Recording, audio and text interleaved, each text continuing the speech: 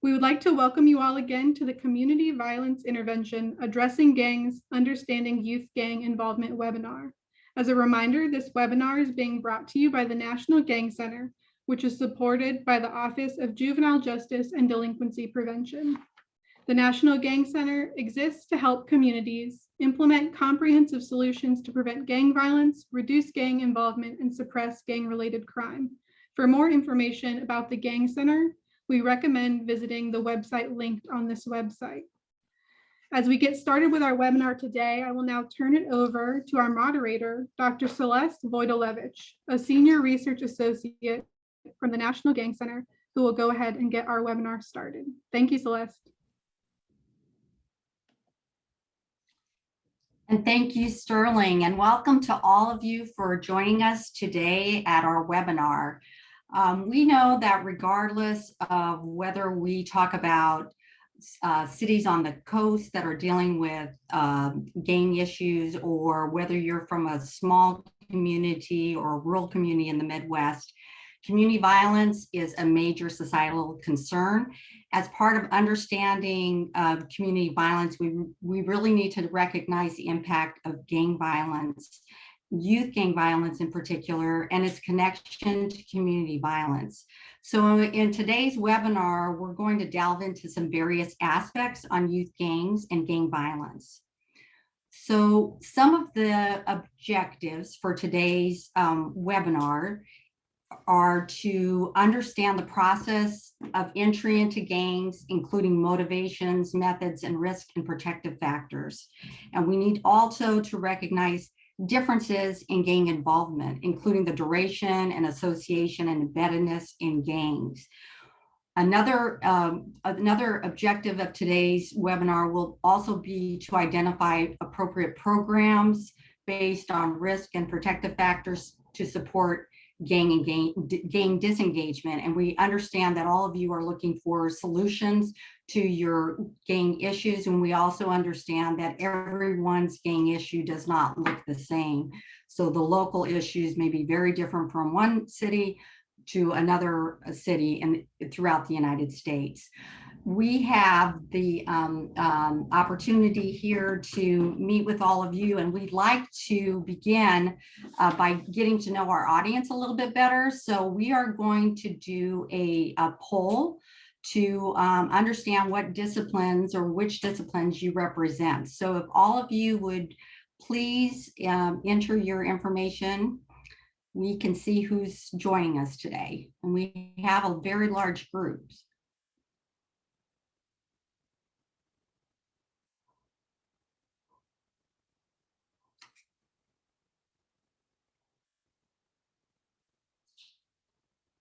Seeing a lot from probation. Still not done.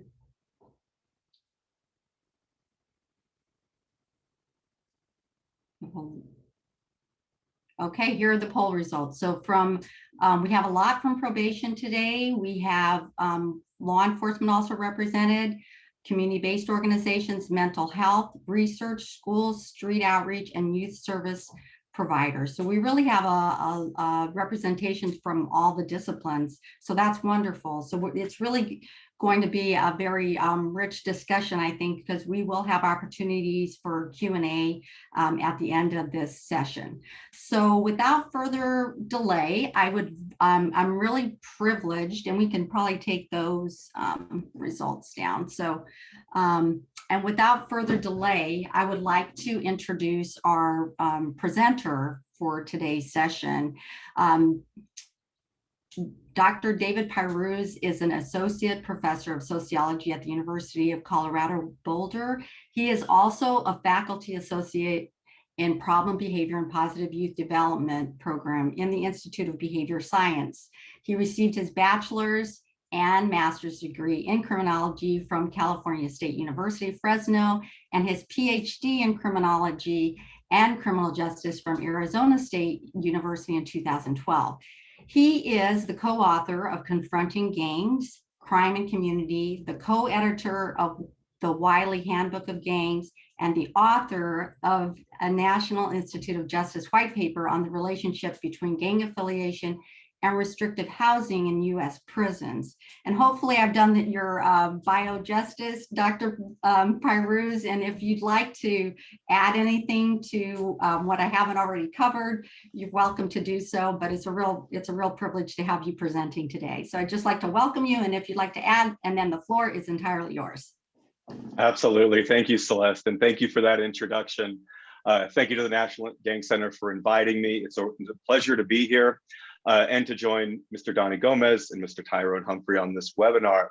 What I will add, which I do think is an important part of this, is just to give you a little bit of background on some of the research that I've conducted on gangs, and I've been doing this for about 15 years now. It's been primarily out west and in the Southwest, in places like Los Angeles, Fresno, Phoenix, as well as Denver, Aurora, St. Louis, Cleveland. So keep that in mind. But the contexts are also pretty diverse in the sense that it focuses on street outreach, probation, parole, jails, prisons, juvenile detention facilities, and so on. And this ranges from having informal conversations all the way to structured interviews with young people who are involved in gangs, as well as the people who are tasked with responding to it. Some of this research has been cross-sectional, like just a snapshot in time. Others, portions of this research has been longitudinal, following people over time.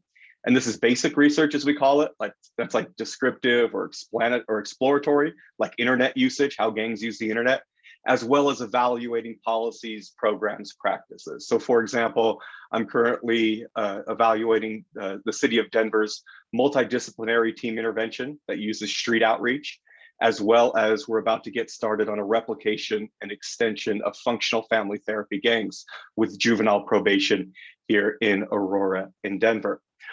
So with that in mind, can we go to the next slide? And I could give you an overview of what I was tasked with providing this audience.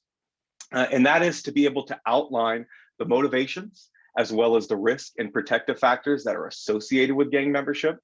I also want to be able to detail the differences in how long people remain in gangs and the importance of embeddedness in gangs, as well as to be able to connect, to take those first two pieces and to connect the theory and the research to the practice of intervening in the lives of young people who are involved in gangs. Now, I want to make clear the bulk of what I'm sharing is based on chapters from a book that is forthcoming with Temple University Press.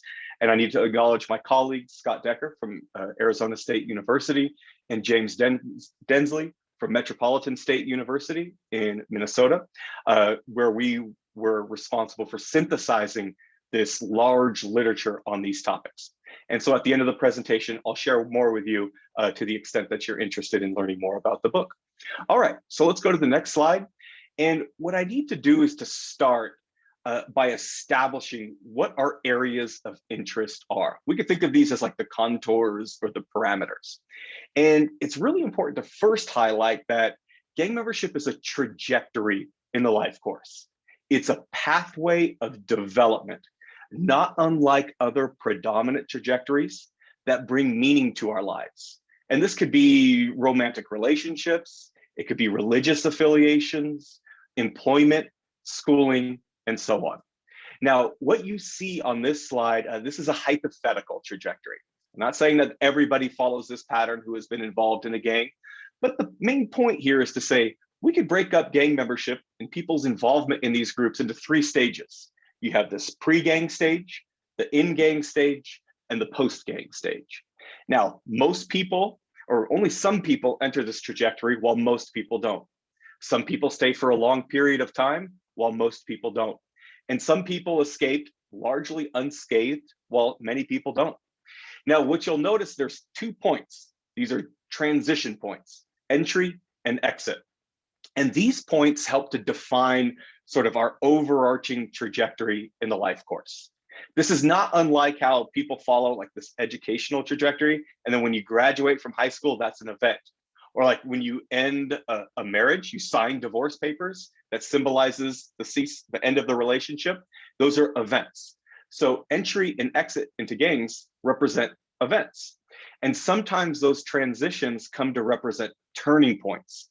And so turning points are important because they realign somebody's life trajectory in ways that could be positive or ways that could be negative. So the first point that I want to make here is that gang membership is a trajectory in the life course.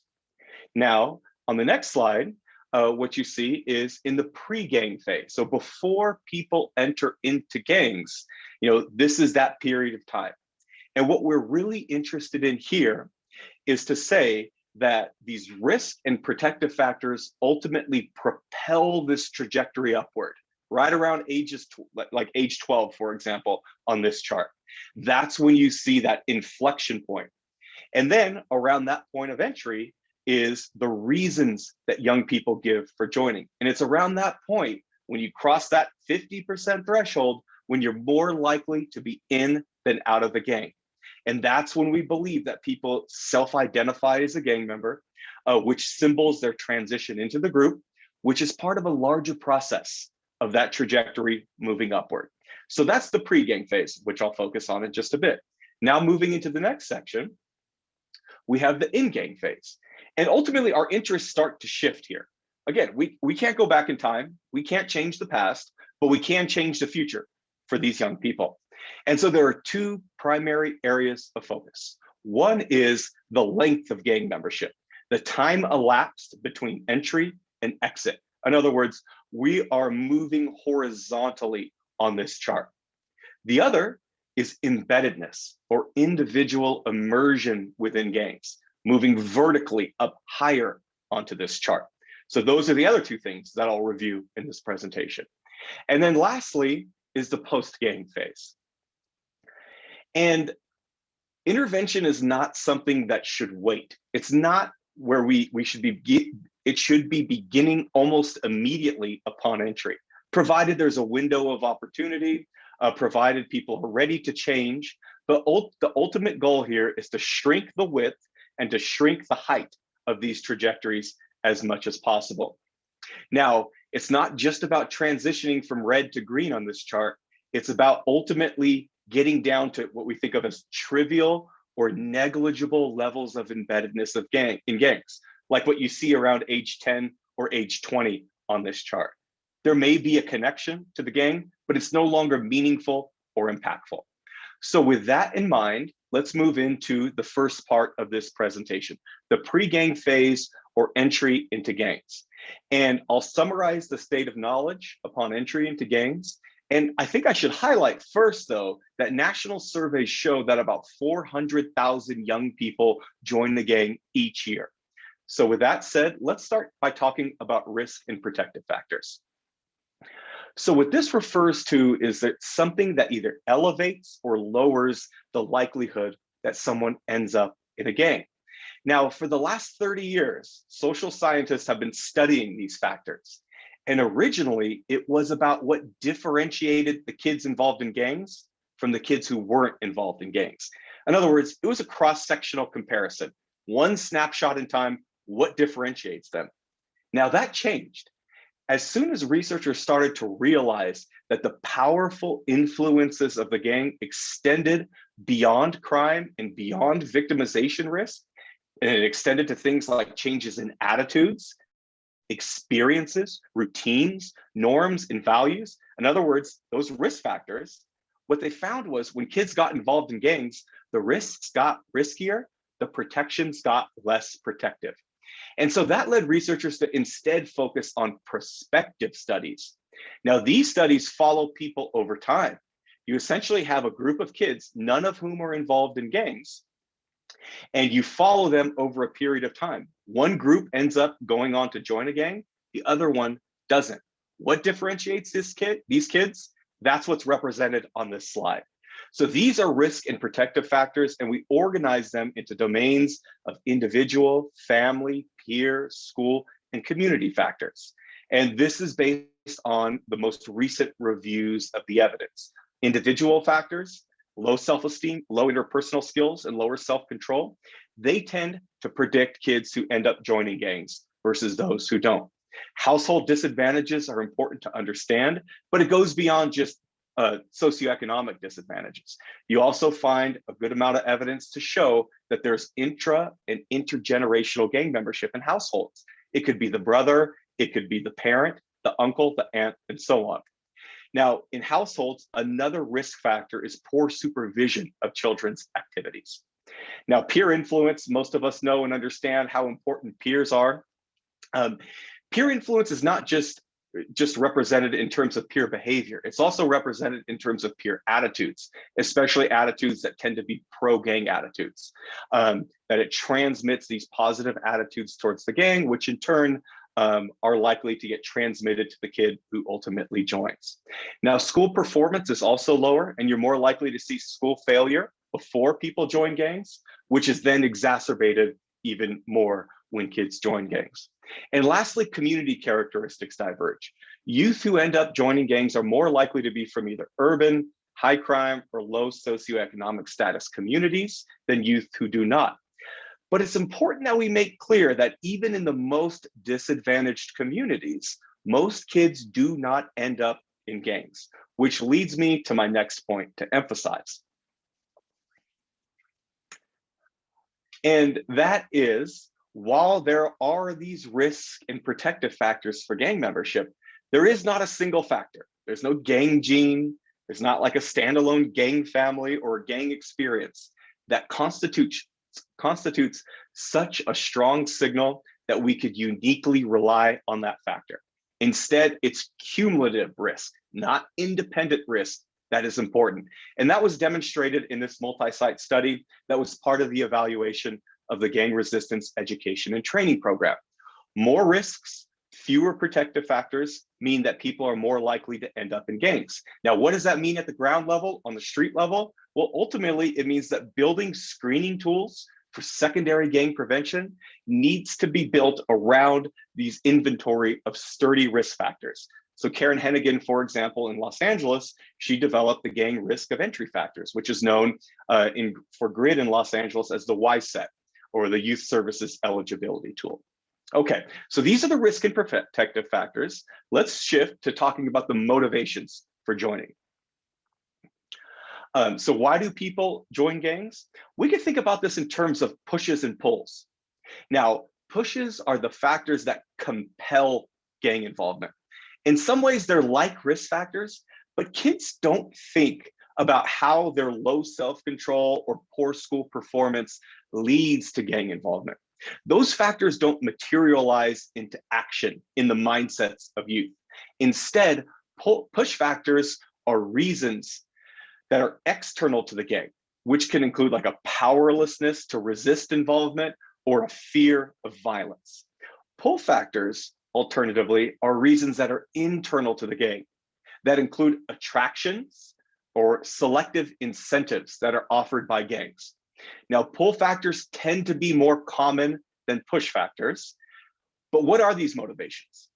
So in the next slide, what I have are the most commonly endorsed reasons given by young people for joining gangs. Now, the first example refers to normative influences in a child's life that establish the gang as this normal presence. It's part of my family, it's part of my neighborhood, or perhaps close friendship groups. So in this sense, to the kid, the gang is not really deviant. It's the larger community's evaluation of the gang that ultimately imposes that label upon them. Another example is protection, safety, and fear. It's just that. It falls in line with things like bullying in schools, but also uncertainties in incarcerated settings that bring about affiliations. Now, material influences are another reason. They're not as commonly endorsed. So when you think of material influences, it's usually access to be able to sell drugs for those economic benefits. Now, belonging and camaraderie, it's probably the most common reason that's given for joining a gang. And in this sense, the gang is functional in that it offers comfort, it offers companionship, things that tend to be lacking in the home, the school, or in other places. Now, excitement, lifestyle, status, that's another common reason, with gang members claiming that the group affords them an escape from the monotony or the dull reality of everyday life. So the gang is action, and that action exists especially in environments where institutions have failed to live up to their obligations to children. The final thing that I want to mention is ideology. Now, I want to make clear that ideology is more common among older gang joiners, particularly ideology around race, ethnicity, supremacy, religion, or belief systems. Okay, so that's a review of the pre-gang phase. Now, part two, what I want to shift to is involvement. So once these risk and protective factors ultimately propel one on the gang trajectory, and the motives lead people to self-identify, what does involvement look like? So I'm going to focus on the width of that trajectory or the duration, as well as the depth of that trajectory or embeddedness. Now, what you see on this slide is evidence from 9 studies, about 2,000 gang members, and these are drawn primarily from random samples. And what a random sample allows us to do is to generalize those findings to a much larger population of people who have been involved in gangs. So this is what these studies show for how long people remain in gangs. Now, these studies are also based on self-nomination. It's not like this is, a juvenile facility who is imposing the label or law enforcement who's imposing the label, but this is what kids say about themselves. Now, this is longitudinal as well, so it tracked people and interviewed them annually for as many as 3 years, or in one instance, as much as 9 years, as many as 9 years. And this is beneficial. And the reason is that retrospective accounts, when you look back over your life, can be subject to error. They often inflate the length of involvement. So in these studies, there's various regions that are represented. There's a representative study, 3 multi-site studies. There's a non-US study, cities with chronic gang problems, and at the same time, cities, at least at that time, cities with emergent gang problems. They occurred in the distant past as well as more recently, and there are various population types. So high crime neighborhoods are represented. You have a national study, school-based studies, and even youth who were adjudicated guilty of a serious crime. So what do these studies ultimately say? What sort of knowledge can we glean from this chart? Number one is gang membership tends to be a fleeting phenomenon. A near majority or a majority of youth claim an affiliation for about a year.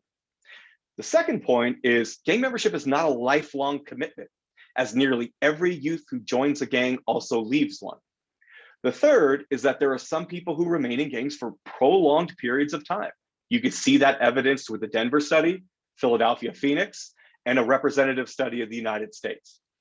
And what is perhaps the most important point, and the main takeaway here, is that there is heterogeneity. In other words, there's variation. Not all gang members are just alike. That variation is important to understand because the gang problem will look different to various stakeholders. And that could be different based on embeddedness. It could also be different based on age, which is what I'll turn to now. So what you see on this slide is different trajectories of gang membership in the life course. And this comes from the national sample. It followed kids over at least a 9-year period. And more generally, there used to be sort of this generic take that gang membership, you're once a gang member, always a gang member. And if the previous slide didn't drive home the point that it wasn't true, hopefully this slide will drive home that point. Now, this also shows that there is heterogeneity. Now take a look at those 3 trajectories, the yellow, red, and green. Those 3 are basically differentiated by sort of waves of onset and exit.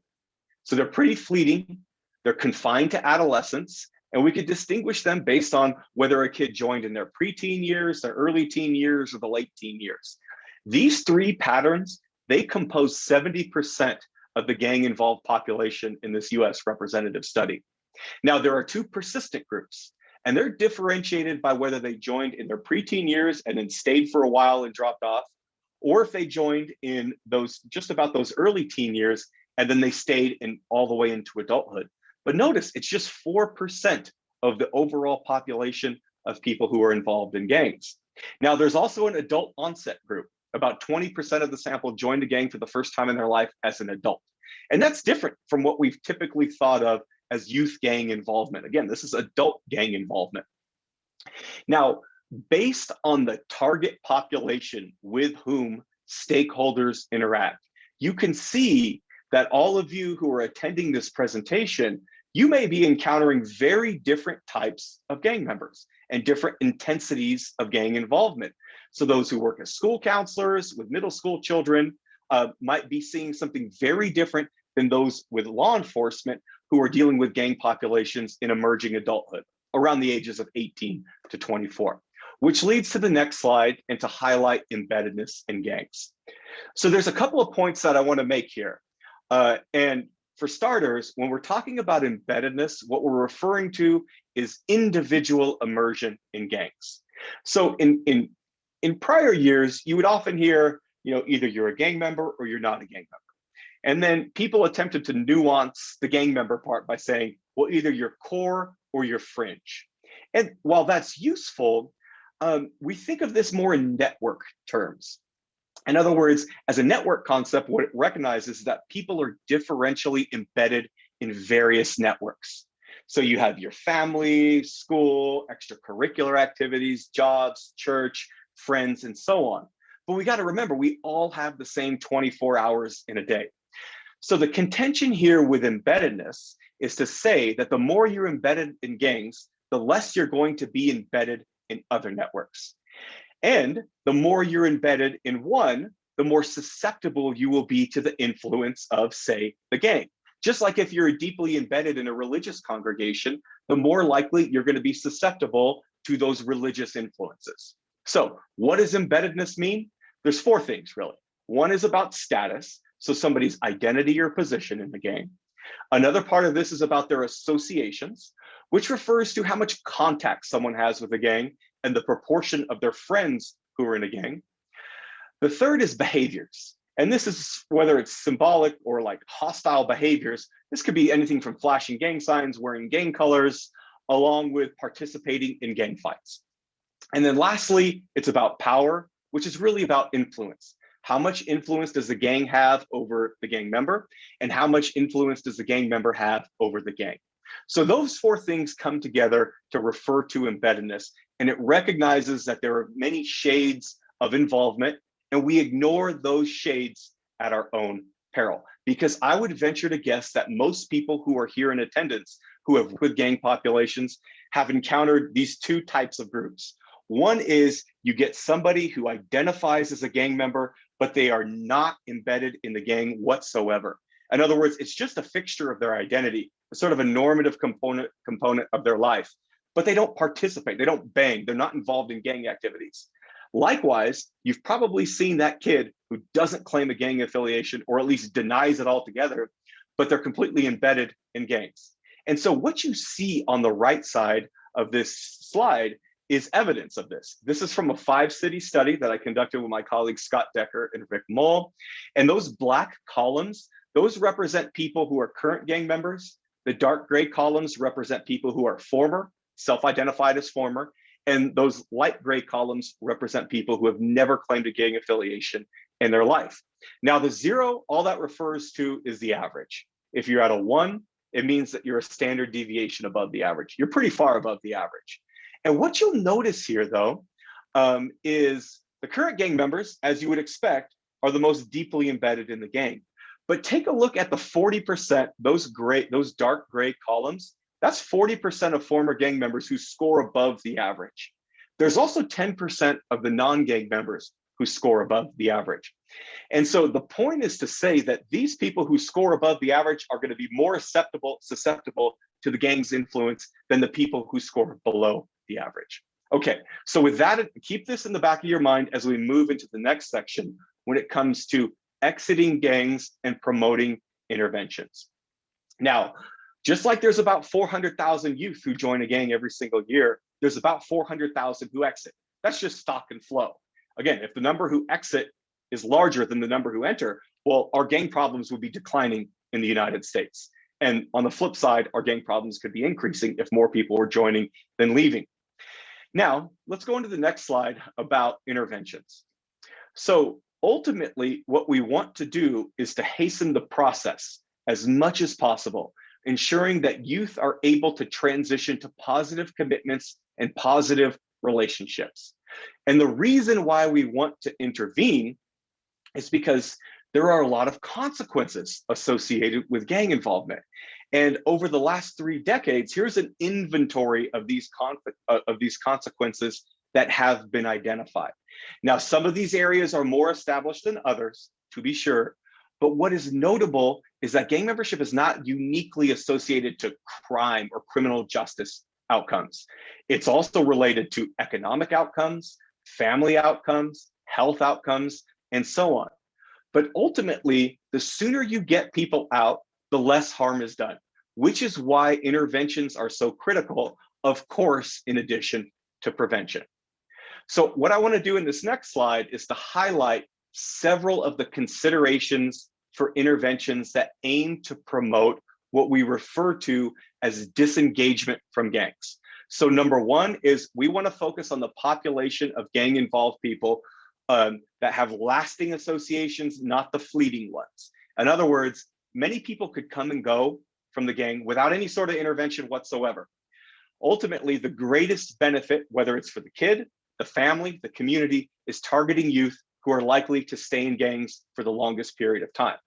Now, the reason why is that cures that harm are those that backfire. They can ultimately prolong rather than speed up the exit out of the gang. And it's critical to understand that we need to avoid aggravating these sort of explosive group processes within the gang that will keep kids in the grip of the group. Now, it should be clear by now, but my contention is that we should be aiming to reduce embeddedness in gangs rather than focusing on status or identity. Now, getting young people to de-identify as a gang member is important. It is associated with benefits, but I see that more as part and parcel of the disengagement process. And there are other complications, especially related to these normative influences, like family or neighborhood. Asking someone to de-identify could be tantamount to disavowing friends or disavowing family. That's hard enough for people who are adults to do. That could be especially difficult for children to ask them. Now, the fourth point is to say that disengagement is not a single event. It's a process. It's a process that can be complex, especially people who've been in gangs for a longer period of time, especially people who have been more deeply embedded in these groups. And this process is like, it's rife with teeter-tottering to and from the gang and back to the community. And there are these residual, like these emotional and social connections to the gang that are critical to understand. So for anybody who has undergone like employment retirement, religious apostasy, or divorce, it's not unlike the residue of these institutions that sort of continues as you leave the group or as you relieve a relationship. So it's a process, it takes time. And disengagement is a process that ultimately ends with trivial levels of embeddedness in gangs and the elimination of uncertainty about someone's gang status or identity. And that's what's called information symmetry. It means that we're all on the same page. And what that requires is meaningful and honest signals that communicate someone's former gang status or their non-gang status. And that's communicated to people who are stakeholders, who have a vested interest in someone's gang involvement.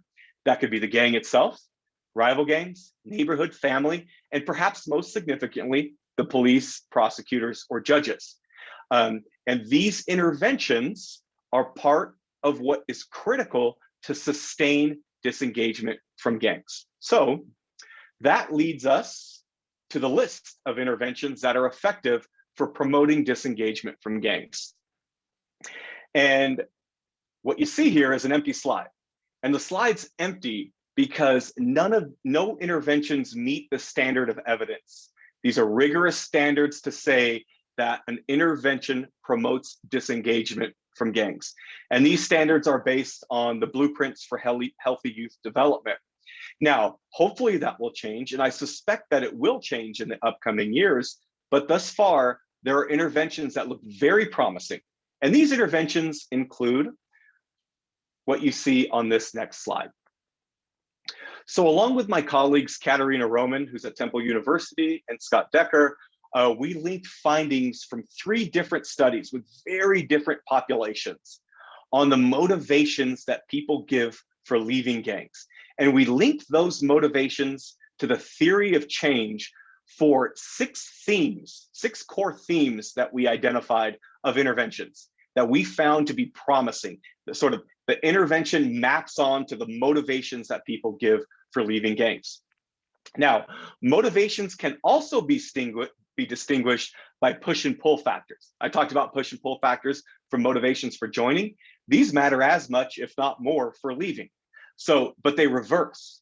The pull factors are those that are external to the gang. They pull people out of the group, such as children or becoming a parent, romantic partners, jobs, mentors. All of those things are external to the group and pull somebody away from it. Push factors, alternatively, are those influences that are internal to the gang, such as disillusionment, criminal justice pressures, triggering events or knifing off events, or gang structure falling apart. Now, push factors tend to be more important than pull factors. Usually people are pushed out of the gang on their own terms, but they are particularly effective when push and pull factors work in tandem. In other words, somebody says, I was tired of this lifestyle, tired of looking over my back, and I became a father. So those two things combined tend to work best. Now, just going through this list briefly, focused deterrence, for example, is something that leverages both pushes and pulls. So deterrence messaging is supposed to be combined with service provisions. Hospital-based interventions are primarily push-based. So it leverages, in a public health approach, it leverages an event that should crystallize discontent, victimization with a gang. So it's very common to see the upper limit of gang violence in the research on disengagement. So violence tends to bring the gang together to gel, but it also pushes people away, which is why something like hospital-based interventions could be very promising. Jobs-based interventions, they're almost exclusively pull-based. They offer viable opportunities for exit that's linked to employment.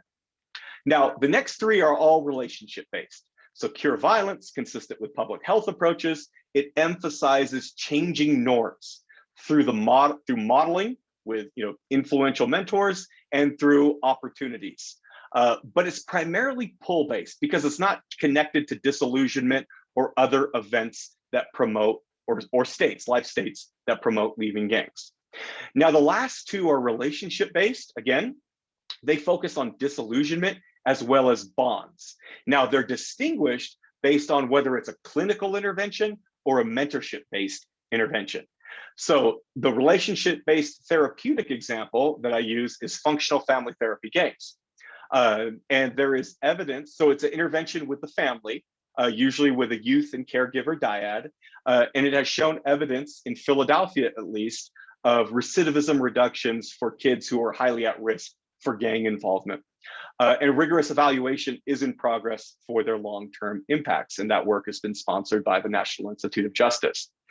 Now, also from the National Institute of Justice is an evaluation that I'm conducting here in Denver. Again, this is relationship-based, it's mentorship, it focuses on having caseloads among street outreach workers who draw on multidisciplinary teams to promote disengagement from gangs and desistance from crime.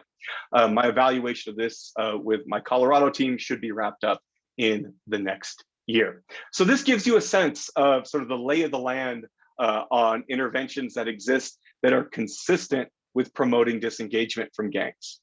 Now let's go to the next slide to wrap up here.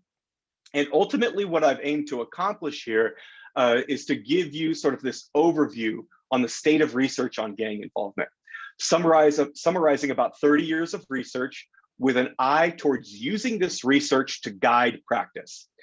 So one thing to highlight here with these concluding parts of the presentation are there are sturdy risk and protective factors that are valuable for guiding, for example, secondary prevention. Motivations for gang joining are important to understand because they communicate the functional and symbolic value that gangs provide to young people. Alternatives must consider and potentially replace these incentives that gangs offer. Now, the duration findings show that most people leave gangs, and they do so after a short duration, but that there's a lot of variation. And age is one important factor that leads to very different views of how we see the gang problem, whether it's from the community's perspective or the school's perspective or from the criminal justice perspective. and so on. Now, gang embeddedness is one of those factors, in addition to age, which should be viewed, in my view at least, as the core outcome in gang intervention logic models. It's not so much about status or identity, but you want to promote disengagement and reduce those levels of embeddedness as much as possible. And the reason for this is that promoting disengagement from gangs, it really corresponds to a whole host of benefits to allow young people to redirect their lives in positive directions. And ultimately, the final point to make here is to say that while we could link research on disengagement from gangs to leading interventions, ultimately, we have an inventory of promising interventions, and we need to know what works. And that means supporting rigorous evaluations of programs. So I'll just conclude by saying, here's my contact information in the event that anyone wants to get a hold of me. I should recognize the presentation. It was based primarily on a forthcoming book with my colleagues, Scott Decker and James Densley. So if you're interested in learning more, you can learn more from the URL that you see on the right side, and there's a coupon code. The book will be available in January. And I post all research articles that are available for free on ResearchGate. So thank you all, and I look forward to the discussion with Mr. Gomez and Mr. Humphrey, and I'll turn it back over to Celeste. Thank you.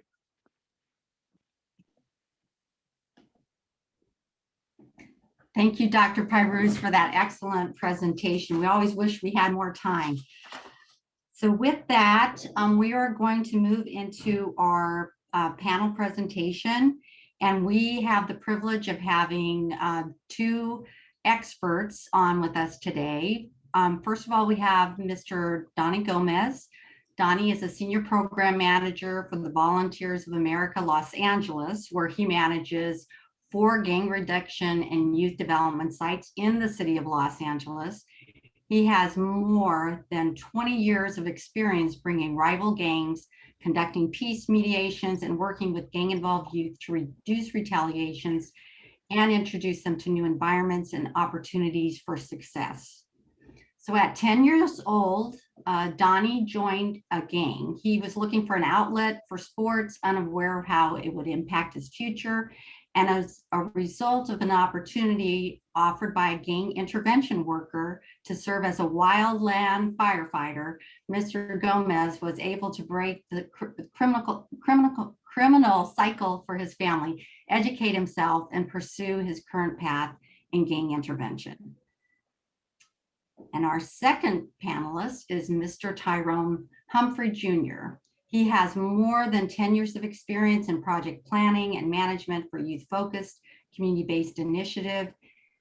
Since 2017, he has served as a project manager for the Eskenazi Health Indie Heartbeat Violence Prevention Program. He is responsible for effective administration of the program, which includes supervision, intervention, supervising intervention and outreach personnel, overseeing data collection to support case management and evaluation, and building partnerships to support direct service provision and engaging the community through outreach and education. So it is my pleasure to have you on the panel today, and likewise, I'd like to ask you to add something to the resume, to your bios, which I perhaps didn't discuss. So Donnie, is there anything you would like to add to the introduction? And then Tyrone, same for you. Yeah, first of all, Celeste, thank you. And thank you all for definitely being here and giving us that opportunity to have this panel and this platform. I'd just like to, say that I'm definitely blessed to do this type of work, to do the work that, somebody helped me change my life around and have the understanding that in this type of work, it is a work of service. And we do have the responsibility to definitely change many lives around. So thank you. Thank you, Donnie. Tyrone? But thanks again, Celeste, for having me. It's always an honor to be part of these type of conversations surrounding gang violence, youth violence in general. To add, I would say I really should maybe consider changing my title. I find a lot of my work, based on my experience, I would best classify it as a change agent, and that's where my passion lies at. Working in a variety of different communities. What was not mentioned in my bio, prior to relocating back to Indianapolis, I worked most of my professional years in Chicago, Illinois, where I gained a much better idea and concept around community itself, violence, as well as the individual. So it's a pleasure to be part of this conversation. I'm looking for many more. Again, thanks again. Thank you. Thank you. And we'd also like to invite people, there will be an opportunity at the end of the session for some questions from the participants. So please feel free to put those questions into the chat. So with that, I would just like to ask you, just based on Dr. Piruz's presentation and based on your experience out in the field, from your perspective, why are youth joining gangs, and how does that coincide with what Dr. Piruz was saying during his presentation? So if we could start, Tyrone, if you would take that question, please. Sure, absolutely.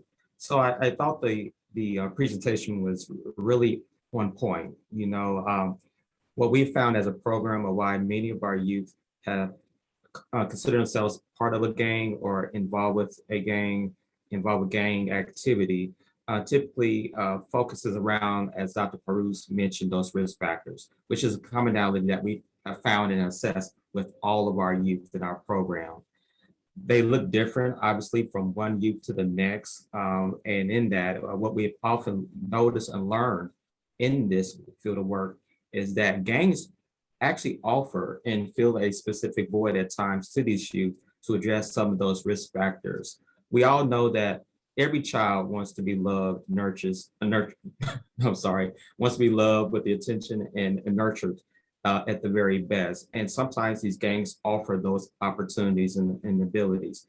And so, again, that's one of the reasons why our program, Eskenazi Indian Heartbeat, exists, because our job is ultimately to reduce those risk factors and to be a dominant presence in the lives of these individuals, these youth, by increasing increasing the protective factors, as Dr. Perez mentioned in his presentation. Thank you, Tyrone. And do you have any example you'd like to share? Because you've done a lot of work in the field, and I can get back to you on that. But if there's any specific example you'd like to share about that work and what you've seen out in your experience, that would be great to include. And Donnie, what about you? Same question for you. I always say that, you know, gang is an outlet, an aftermath of what's happening or what's not happening at home. Right, a lot of our youth in their house, they're going through domestic violence, sexual abuse, homelessness, no food in the house. Right, there's a lot of things going on with their families. Families are, you know, making a living. Right, especially right now in LA, everything's expensive, and anywhere in the United States, everything's expensive. Right, so a lot of the times I usually tell everybody is parents don't know how to get involved with the kids. Right, and we were talking about embeddedness, right, with gang embeddedness, in the same way that the gangs are embedded in the kid's life. As parents should be embedded that much, if not more, in their lives, right, to make sure that they know what's going on in their kids, they know what their kids are involved, right, and also make sure that we give our kids positive alternatives from gangs, because gangs are giving them alternatives, right, and the alternatives are more than likely criminal activity. So if we do give them positive alternatives, you know, we tell parents that you're gonna have to invest in your kid, whether you like it or not, right? If he gets in the gang, you're gonna have to invest in getting him out of jail, invest in house arrest, invest in a funeral. But right, if not, if the kid wants to do sports, invest in sports. If the kid wants to go out, go right ahead, get some sandwiches and Kool-Aid and go out with your family and have that quality time. Because if you don't invest in your kids that much, sooner or later, you're gonna have to invest and it's gonna be nothing nice.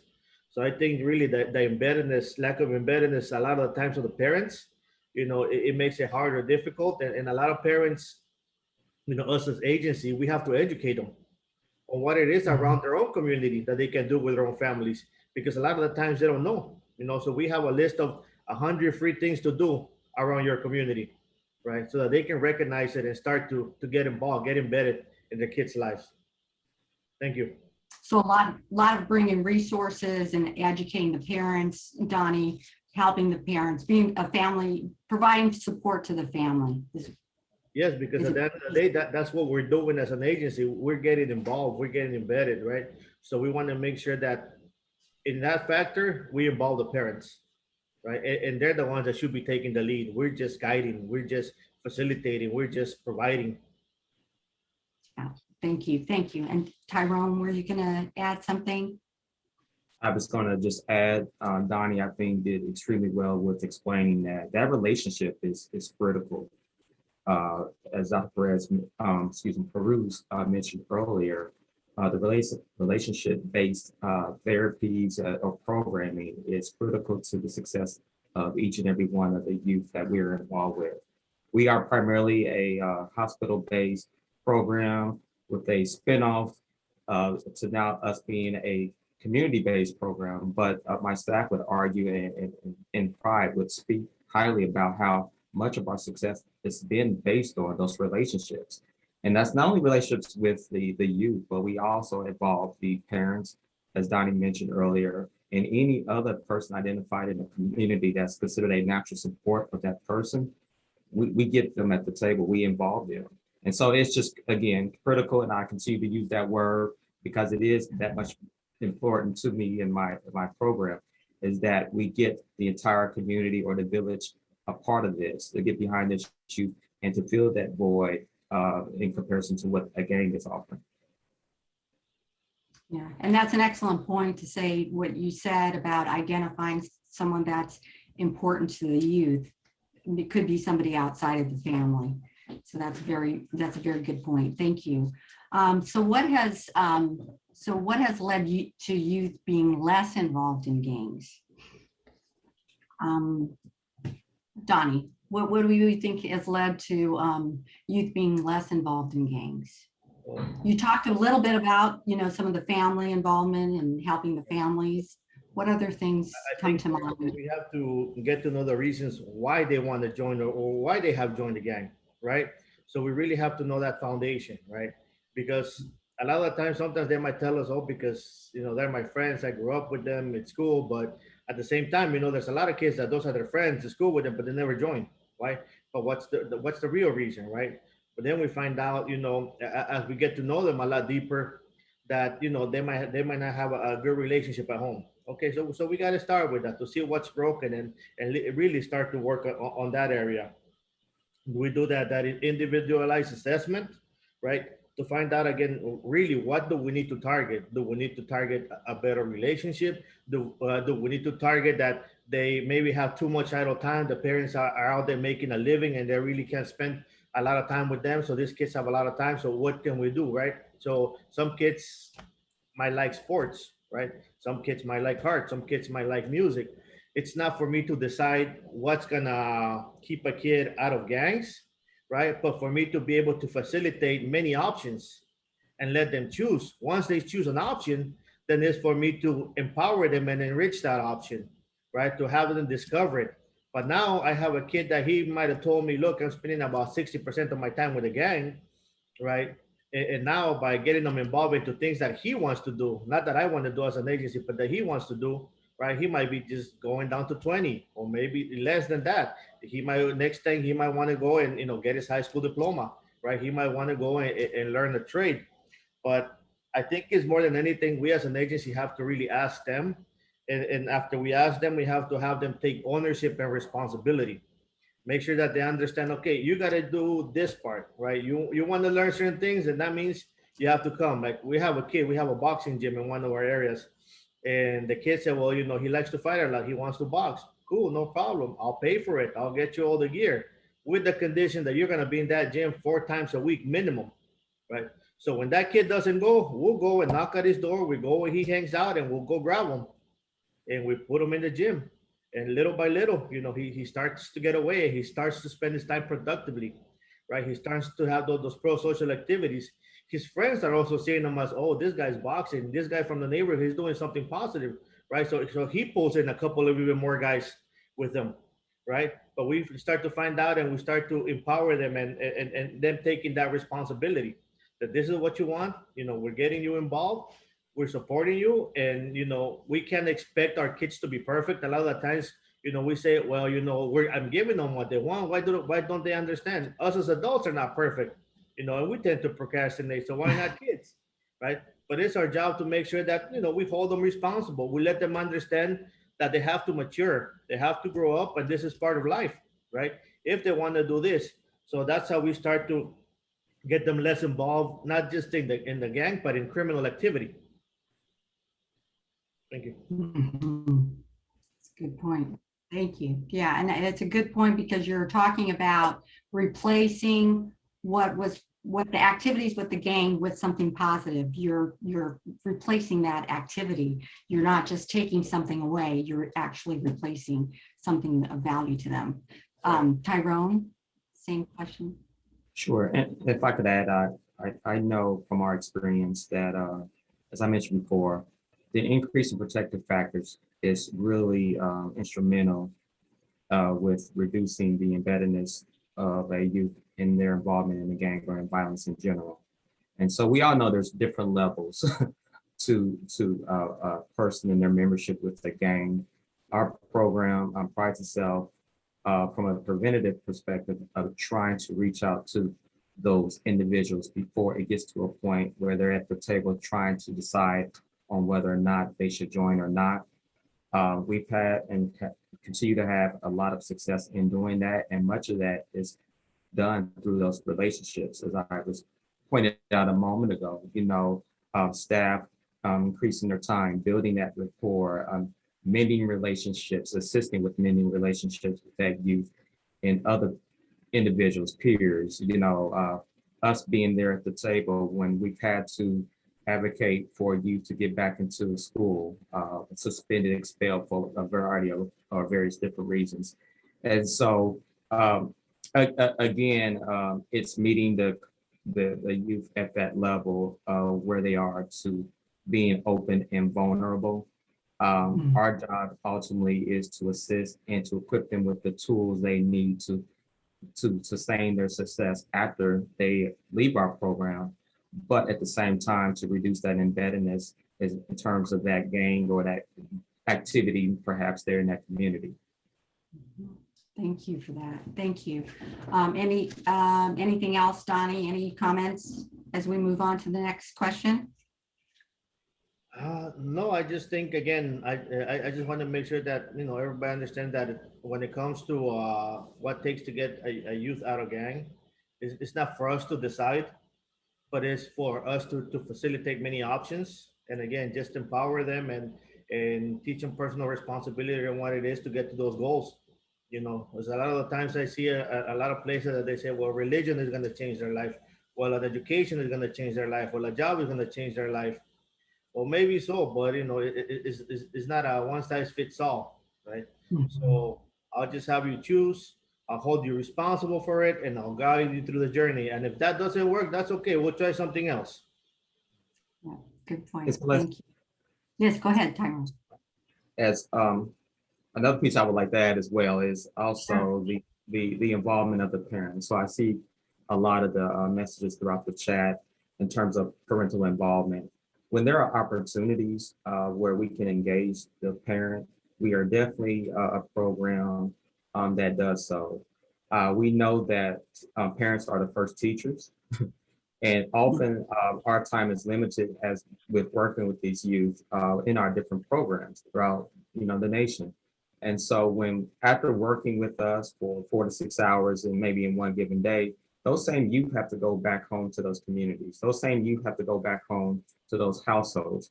So again, when there's opportunities working with those parents, the question is, how do we get them less involved? I think it definitely, it's opportunity for us to work with families as well, to further educate them on the consequences of gang violence and what it could mean to not only their youth, their child, but also for them and the community at large. So I just wanted to add that piece, that is a critical piece also to this very complicated discussion in terms of gang violence and gang memberships. Parents are the first teachers, and I think that we would do ourselves an injustice if we didn't at least make a consideration of involving the parents, caregivers, or guardians in the treatment of getting a youth out of a gang or reducing the embeddedness of a gang. Right. The importance of parents, yes, and then that engagement, absolutely. No, that's a very good point. And I thank you for bringing that up. Yes, I know there were some questions regarding that in the chat. And we'll get to whatever questions we're not addressing here. We will get to those after we've concluded these some of these questions just for the panelists. From your perspective, working with gang involved youth, what does it take for youth to get out of gangs? So Dr. Pyrus spoke about gang disengagement. What, from your perspective, and if you have any examples that you'd like to share as well, that would be helpful. Donnie, would you like to answer this question first, please? Yes, I think that definitely one important and simple question that we ask ourselves as an agency once we meet the youth that we're working with, and one question that we ask the parents is, who is influencing your child, right? Are you as a parent influencing your child, or is the gang doing it, right? So that's, first of all, we need to do who's got, their whole attention. You have to make sure that, okay, where do we need to start? At the same time, I want to make something clear that, it says right here, what does it take to get youth out of gangs? We don't really get youth out of gangs, right? And I want to make that clear because that could be a very tricky situation. You can put kids in a very sensitive situation where they can even get more pulled into the gang, and they get more pulled into doing a lot more criminal activities just because there's somebody there stubborn enough to be able to push them. But what we do is try to stop youth from being criminally active, right? Give them other options.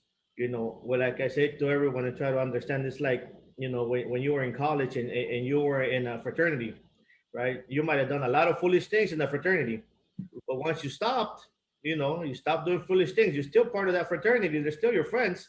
Same thing with the guys from the gang. They're still your friends. You just chose not to be criminally active no more. You chose to do pro-social activities. You chose to do something positive for yourself. And I tell a lot of the kids, when we work with gang involved youth, I tell them, and this always gets them, you got to learn to be selfish, right? And they look at me weird when I tell them that, but I tell them, look, everything you've done in this past years, you done it for the benefit of your gang, not yourself, but for the benefit of your gang. The reason you got shot, for your gang. Reason you went to jail, for your gang. Reason you lost your best friend, because of your gang, right? So what have you done for yourself, really, right? What do you want to do? And that's when they start telling me, well, I would like to learn a career. I would like to do this. I would like to do that. Okay, so we start by working on getting the barriers out of the way, right? And working on a plan that's simple. A lot of times kids say, well, I've been looking for a job for this many years. Okay, well, do you have an ID? Oh, no, I'm still trying to work on it. Well, let's get you your ID. You've been trying to work on it for 2-3 years, right? So let me go. I have the paper so you can get it for free. We'll sit down at DMV the whole day, or you'll come back with a printout, right? Once you do that, then we'll work on the next one, right? We'll start with getting them an internship and teaching them the value of what it is to hold a job, right? Or what it is to have an education. So we start with letting them understand that, look, these are their responsibilities or what you need to do, right? So we start with maturity for themselves, because I tell everybody, sadly enough, I didn't learn to be mature, to be a responsible man until I was incarcerated, right? And sadly enough, I had to learn it that way, right? So we want to prevent that from them doing that, right? So sometimes we just have to guide them, but we have to let them know, look, this is what you have to do, right? And the goal is for them to teach them independence, not to rely on us, right? But to let them know, look, this is possible, this is what you can do, and don't worry, anytime you come, I'll always guide you, right? But the goal is to teach them that independence as well. I think definitely that's what it takes. It takes a lot of patience, because I work with some kids that I like to work with the shooters. I like to work with the busy kids. A lot of the times, I get a lot of officers that come to my center, and they say, how come you have this kid right here? Don't you know he just went and did this shooting? But I'd rather have him here than out there influencing somebody else and doing the shooting. But I know it's gonna take time. Sometimes it might take 3 months, sometimes it might take 3 years, right? But the goal is to make sure and let them understand that, look, whenever you're ready, I'm going to be here. Have that patience to work, right? sometimes as you know, as facilitators, as workers, we want to see change immediately, right? But the reality is that it doesn't really happen fast. But you know, we do have to have a lot of patience and love and understanding, you know, and guide them through it. But I think definitely that's what it takes. And again, I just want to make sure that you guys understand that we don't get kids out of gang. What we get them is try to get them involved from less from criminal activity and more into positive things in their life. Thank you. Long term. Thank you. Thank you, Donnie, for some excellent points. Thank you. Tyrone? We are primarily a prevention based program. And so I spoke earlier about us assessing each and every one of our youth participants in our program. Not every referral is the same. We receive referrals from the school districts. Some are referrals from families and parents that have identified concerns with their particular child, and they refer them to us. With that being the case, our involvement, honestly, is from the standpoint of before it even gets to a point of embedded activity of that individual involved with gang violence or activity, period, is to try to get in front of whatever the trauma and the concerns, and some of that may include behavioral concerns as well, but try to get in front of that before it gets to that point. And so I think, and I agree with Dr. Peru's his chart and timeline. It stands pretty concurrent with what we have in terms of data. But we know as a program, the earlier we can get in to work with a particular youth that is exhibiting or perpetuating behaviors that may exist, possibilities or opportunities of them joining the gang, that's what our program speaks for. We have the data. We know there's intersecting information and data in terms of poverty and the likelihood of high community violence and other things. So as a program and staff, we definitely do our best with getting in front of the individual and again, filling that void, that time with something that's productive and positive. Also promoting a sense of fulfillment of just self-awareness and what they can accomplish long-term, you know, and so being that cheerleader, that advocate, and that's sometimes that mascot, but that social support, that's what we do. We wear a variety of different hats when it comes to our youth. And at the end of the day, our job, one of the many duties and responsibilities is really to change the heart of individuals, as we know that in theory, changing the heart would likely change the mind. And it gives chances or even doubts for individuals who may want to join a gang or find themselves involved with any type of criminal behavior like that. Excellent point. Thank you. Yeah, and it's working at the front end and identifying and assessing what the needs are and working with the families. You both spoke about that, whether it's on the prevention end or working with them once they've perhaps entered into the criminal justice system, or you know that they're about to enter into the criminal justice system. So those are excellent points. We have one final question, and you've talked a little bit about it, both of you have, but how do risk and protective factors come into play when providing programming or connecting youth to services? So Tyrone, could you talk a little bit about that and in the work that you do? Sure. So our model is a two-pronged approach, working directly with individuals that have been identified as vulnerable, underserved, or maybe reside in a marginalized community in need of services. That two-pronged approach also includes the community outreach piece that we're involved with further educating individuals about violence in general, and more specifically, gun and gang violence. As it comes to it and working with a individual directly, and not to sound redundant, but the protective factors as listed, that's truly what we hang our hat on. You know, getting the youth involved with pro-social activities, being an advocate for when they need someone there, and just don't quite understand, you know, what an IEP meeting looks like or what they should expect, or what the judicial system is saying and all this language that's being thrown around and no one really knows. But being there to advocate, to speak, on their behalf as needed, and as well as linking them with the necessary resources to address any type of emotional, physical, or mental health concerns. So it's all of that, what I've said plus more. But definitely the protective factors is what's key to most of what we want to achieve in life, whether we're in a gang or not. Mhm. Very good. Thank you. And Donnie, that's an excellent point. Yes, and very, yes, very helpful, I think, to anybody listening to this webinar. I think as an agency, definitely is for us to recognize what risk factors that individual has, but make sure that at the same time we work with every risk factor one at a time, right? Because sometimes we might recognize one, two, three, even seven risk factors, and we try to knock them all out at the same time, and it gets overwhelming. And it gets overwhelming for the youth, right? And we can burn them out. But also understanding our connections in the community. What do we have in the community that can support us and support the youth that we're working with, right? For example, Tyrone talked about mental health. We Mhm. don't do mental health, right? But there's wonderful agencies in the community where we can partner together and help our youth when it comes to mental health, right?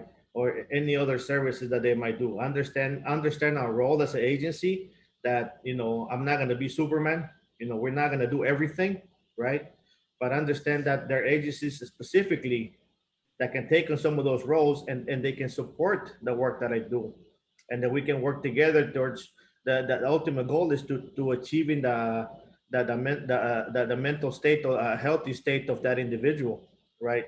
So don't be afraid to think, well, if I them, they're going to take the credit, or who's going to take it. It's not about who's taking the credit. It's about how can we help our youth the best. So definitely, work with our community, recognize our resources in the area, make sure that it's safe for our youth to go to those places, right? Because a lot of times, because of gang boundaries, they can't go to certain spots. So they're gonna say, no, I'm not gonna, I don't want to do this. They might not tell you I can't go there because of their pride. They know you're gonna think they're afraid of the gang. Just it's a safety factor. So understand also those safety risks, that certain kids can't go to certain places, right? So I have to find alternatives to make sure that I can accommodate for themselves for them as well, right? I want to make sure that also, I think that something that we don't do as an agency much is teach the parents to recognize those risk factors, right? Mhm. Because like Aaron was saying, a lot of this starts at home.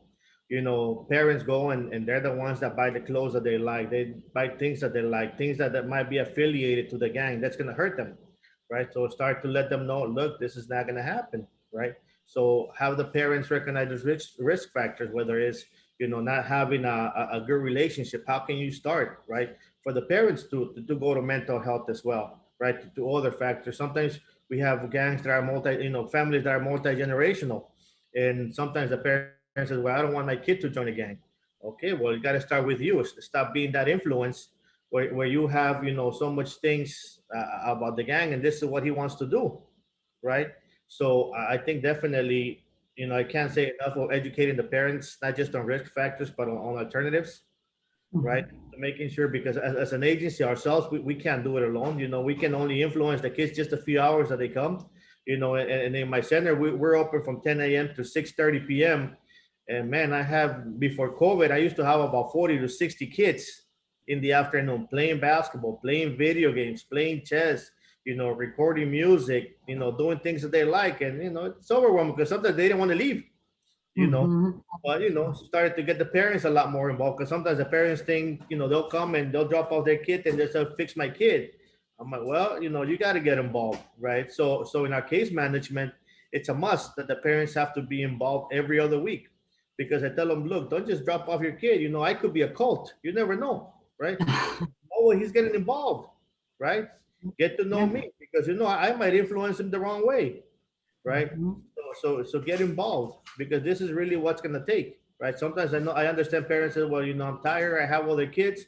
Well, look, if you don't work with this one that's already, you think he's got no hope, this one is gonna influence the younger ones to get Right. involved as well. So you better start with this one so he can learn how to influence the younger ones to a more positive, venues. So definitely, I think when it comes to risk factors, not just us as an agency have to be involved, but the parents as well. Mhm. Absolutely. And you made, both of you made excellent points about, when you work with the youth, whoever comes in contact with you, you're working with the entire family. So you may be connecting the families to services. You may be you're working with the whole system, right? And as you both mentioned, there are opportunities to bring in other people that are influential in their lives too, whether it's somebody that they hang out with or somebody that's influential, that's a positive influence, to also work with them and bring them in. So you're really touching a lot of lives and providing very comprehensive services. And it's important what you both mentioned too, is that connection with community partners to bring in services maybe that you don't offer, but you can connect them to services that you feel are needed, or the youth or the families have identified as a need, which, we can't all provide the services internally. So I think that's an excellent point. Let me see, how are we on time? I'll just ask Sterling, how are we on time for questions? Plus, we've got plenty of time to take a few questions from the audience. Okay. All right. So let me see what we have in the chat box. So here is a question. How can we best support youth returning from incarceration to their old neighborhoods where many friends continue to be affiliated, preventing recidivism while recognizing their need to socialize? Tyrone, would you like to take this question, or Donnie? Donnie, go ahead. I think that definitely this is a very good question.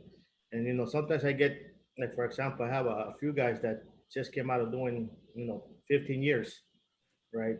And they want to find alternatives. They want to find something new to do, right? So when you come out fresh, you really want to change for your life, right? But when nobody gives you that opportunity, you go back to what you know, right? You go back to those resources back again, which is the street life, which is robbing, which is stealing, which is whatever it is that you were doing before, because that's what you know, right? So it takes for us as an agency. As a matter of fact, right now I just got a text from one of our partner agencies that they offer internships, right? So we have 150 hours for jobs for somebody, right? With no strings attached. All you got to do is just follow some rules, and we'll teach you how to start doing that, and then we'll take it from there, right? So have those resources, because a lot of the time, our youth, they get discouraged because they're out there looking, they want an opportunity out there. But if nobody's giving them that opportunity, nobody has the patience to guide them through it, right? Not just that, you don't understand how to work through certain things. When I got out of prison the last time, I was determined didn't want to go back, wanted a job. And I kid you not, I applied for at least 200 jobs, right? And the hardest thing was not applying for it, but not hearing an answer for a single one, right? Not even a no. That is very discouraging to say, man, I'm not even good enough to hear a no, right? Mhm. But I was lucky enough that, a guy from intervention came in and he says, do you want to be a firefighter? I thought he was messing with me, because I'm like, come on, McDonald's doesn't even give me a job. And, you're telling me about a firefighter. But yeah, sure enough, I ended up becoming a hot shot for the U.S. Forest Service, right? And they gave me that opportunity. But, before that opportunity, I already started, I had about almost a year out already. So I started to do things that I used to do before, because those were my only resources, right? As an individual, I wanted to provide for my family. I needed to provide, but if nobody gave me that opportunity, I was going to make that opportunity for myself, right? But luckily enough, somebody reached out to me. They gave me that opportunity. They had a lot of patience with me, because I was a knucklehead, but that changed my life, and I didn't end up going back to prison. So I know that as an agency, we have to see that urgency, right? To understand, look, the time is ticking, especially if he just got out. What does he need? And at the same time, hold him accountable. Okay, you got to do your part. Nothing is just going to be given. You have to take responsibility on this, right? And little by little, guide them through it. Understand that, they're going to mess up. They're going to stumble through the process. That's okay. We all did, right? but still guide them and push them and keep them in line, saying, look, don't worry about it. Look, just keep pushing. You know, I get those calls sometimes from guys that just got out. They call me at 2, 3 in the morning on a Saturday. I'll take that call, because if I don't take that call, I know that he's gonna go out there and somebody's already pushing him to go shoot somebody or do something else. So you know, I'll be there and I'll talk to you for an hour or two, right? If that's gonna prevent you from going and shooting somebody, right? But you know, that's really what it takes when it comes to doing our job, to make sure that those that just got out, you know, we have something for them, right? We can't just have hopes and dreams. Thank you. Yeah, that's excellent. Thank you, Donnie. That's an excellent point. Yeah, it's that re-entry, coming back into and making sure that there's a supportive network for them. Was there something you wanted to add, Tyrone, or? I was just going to add that I guess for myself, my perspective is we have to remember that most of these individuals coming out of our penal system aren't necessarily fixed, right? And so these are still individuals that are very much so in need of support and services. We most recently, in the last year, we were fortunate to sustain some additional funding to work with that particular population, individuals that are involved with the penal system or probation, and we're currently working with agency here that's involved with community corrections. What we know is that we have to treat these individuals versus trying to fix, if that makes any sense. I think we get in the notion where our job is ultimately to fix right away. You know, this person should be fixed. That's not our job as a professional or a support to these individuals. I utilize the word treat as a means that this is going to be a journey in much of the lives of the individuals that we're involved with. It's not going to be difficult, as you heard Mr. Gomez speak about his own personal testimony and how, you know, once released and returning back to his community, how much more difficult it then became, you know. And so in that, over the last year, where I was going was that we've actually had opportunity to hire a life coach that works specifically with our returning residents, or returning citizens to the community. And he's there to work with them on those ins and outs and those days when they have lost faith or when they're influenced or impacted negatively by a negative individual in their community, to try to get them to rejoin the gang or be active back in the gang or whatever it may be. So in theory, you know, our success once again, and again, we're piloting this opportunity. We're trying to figure this out as we go, but I would say the rawness and the realness in terms of this individual and the life coach being able to build that relationship.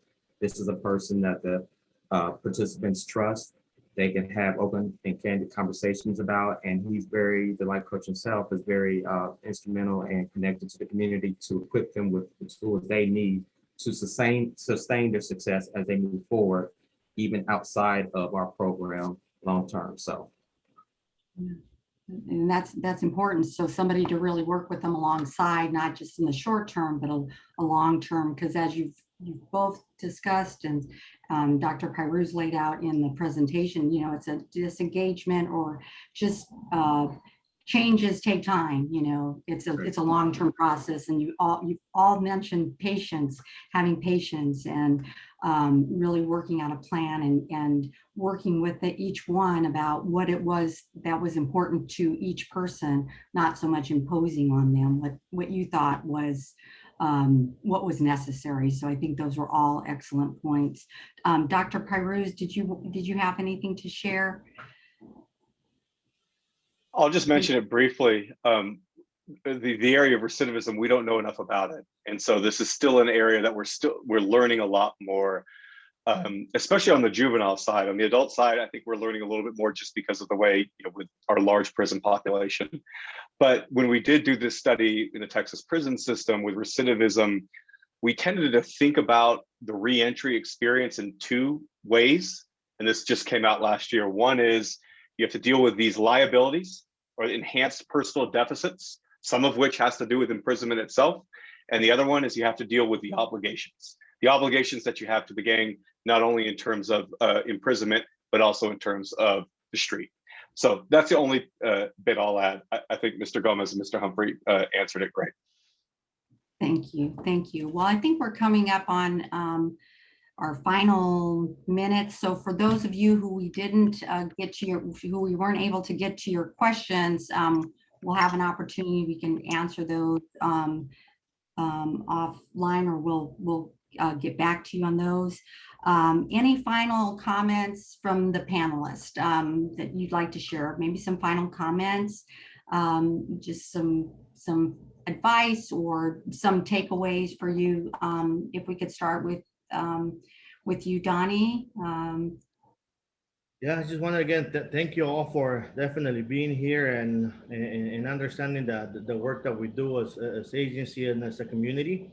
You know, I just want to encourage you to definitely have patience and a lot of love for what we do with the youth, right? Understand that change does not happen overnight, but it does take time and it does take a lot of effort. You know, and again, our work is a work of service.